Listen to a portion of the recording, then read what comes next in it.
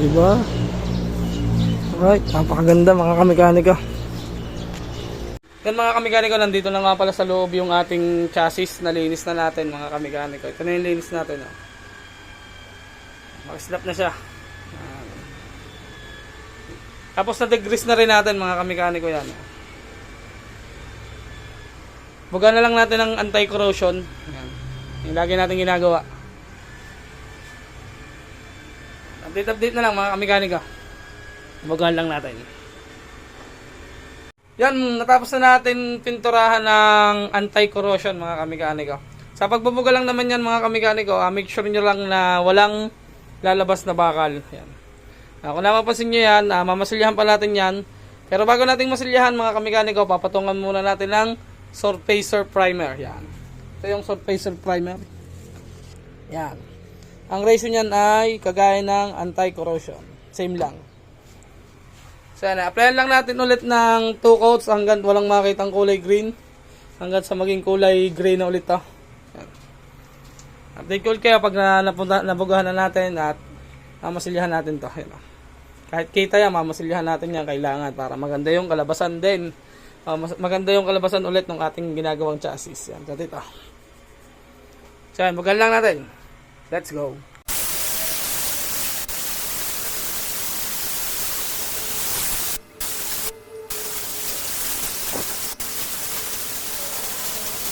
Mga kamekaniko, natapos na natin patungan ulit ng surfacer primer. At ayan, nalihan na rin natin, ano na rin natin ang masilya.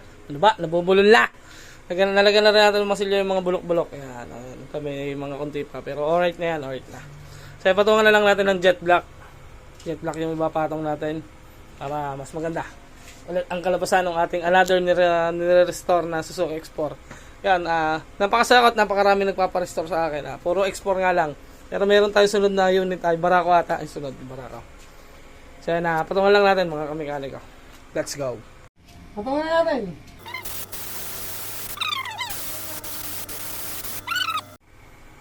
Yan, kulay itim na mga kamekaniko. Totally nakaisang araw na naman yan.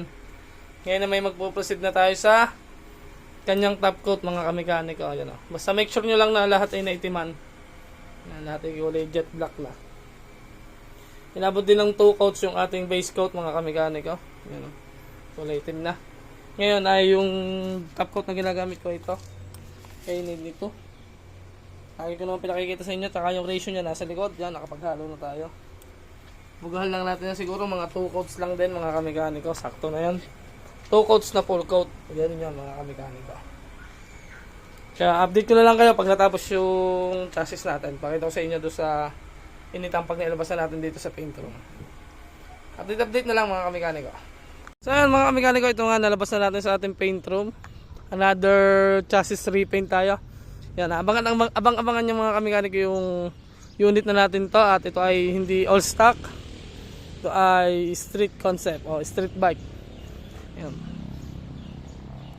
Napaka-slap nyan mga kamekaniko. Although lahat naman ng ating nire-restore ay ganyan. Nire-restore o nire-repaint. 2 coats of full coat na top coat na K92. Right. Napaka-slap nyan. Diba?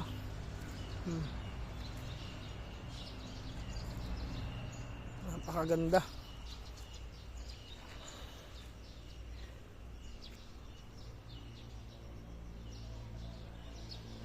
Diba? Alright, napakaganda mga kamekaniko.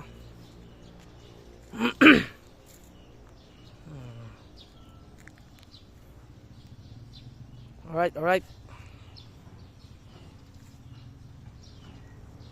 So paano mga kamekaniko, hanggang dito na lang at tatapusin natin yung vlog. Kita-kita na lang tayo sa susunod na vlog. Peace out.